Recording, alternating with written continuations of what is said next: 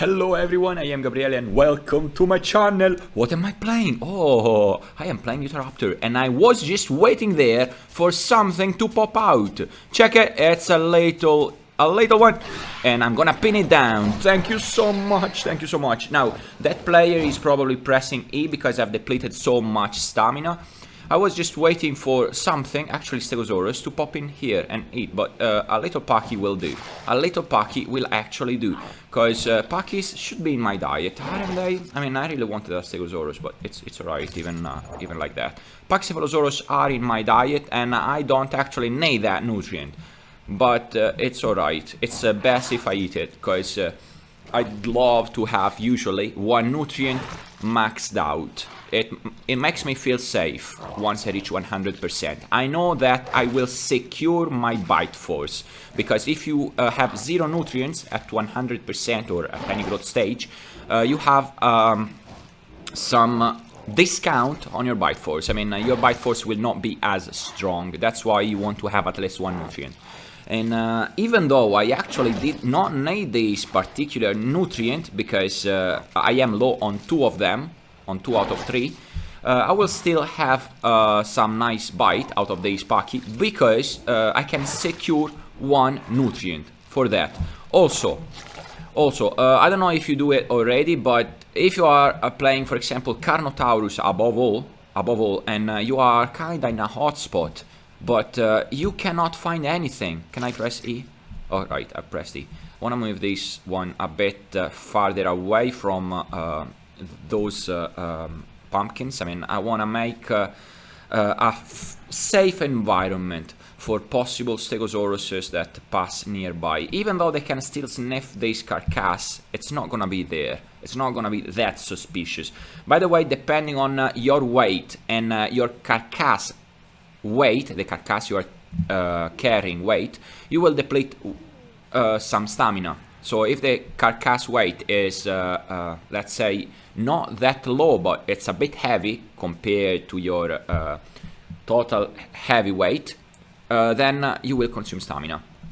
This I think it's a necessary mechanic to avoid players moving too far away certain big carcasses. I don't know, or probably not, but I don't know if it's a necessary mechanic, but it adds layers of gameplay.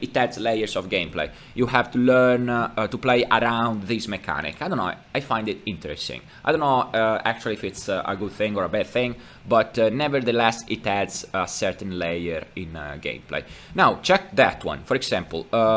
As I was saying, that's a boar. It's not dead, it's good. This one could have well been killed by its own, because it's here. It's been eaten though, so it could have been a little Deinosuchus, for what I know, not necessarily a terrestrial.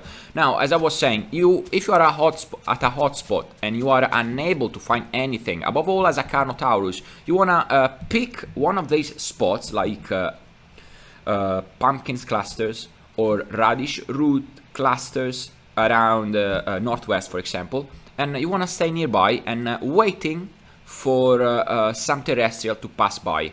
Depending on their size or how big they are, for example, if it is a big Stegosaurus, a huge one, I might pass on it. But if it's a small one, I might say, alright, let's go for it.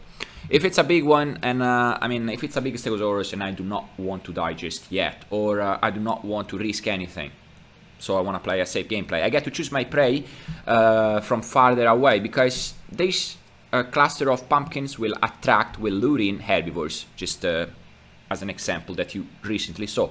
Now, another thing I wanted to talk about is Utah Raptor Pounce. Check my head. As soon as my head is aligned with that AI, I can pounce, and I successfully pounce in doing so, just to say. So let's repeat. Probably it's been just pure chance. So noise. If it's getting in water, I cannot. But as soon as that head is aligned with that one, you see, I managed again to make a successful pounce. Frames per seconds are horrible, I know.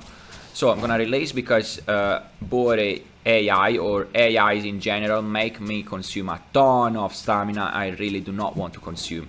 But you get the sense. Never miss a pounce again. Well, if your prey doesn't move zigzag, if there is not so much frames per second drop, etc, etc. Let's make another try with better frames per second. I'm moving away from that area. Alright, better frames per second is a big blunder for me. So, I missed it because that one was moving. Bad deer. In this case, because that deer is moving that direction, I need to get a bit closer. Actually, deers might be a problem for this because they run away. Let's pick another example. That boar is moving sideways. As soon as I get close enough, I've run out of stamina, but otherwise I would have been able to keep the pounce on. You get the sense. You get close enough, the top of your head is, let's say, aligned, is touching your prey, your target, then, and you are close enough, you know that you can press the right mouse button and hold it. Sometimes you fail, yes, but I've noticed that most times you will be successful. So you approach your prey, so to say, as close as possible, probably not that close, and as soon as your head is aligned, you release. And then you go, I let go, because that was a weird let go, by the way, but it's alright.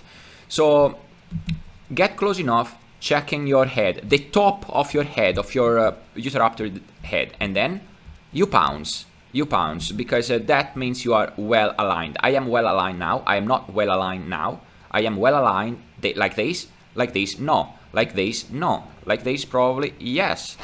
You see, I have managed to accomplish it again. Now, because I do not have enough stamina, I cannot keep my pounce on. Well, that's all for today. For real, that's how sometimes I play as a carnivore. Hopefully I do not die because of that very angry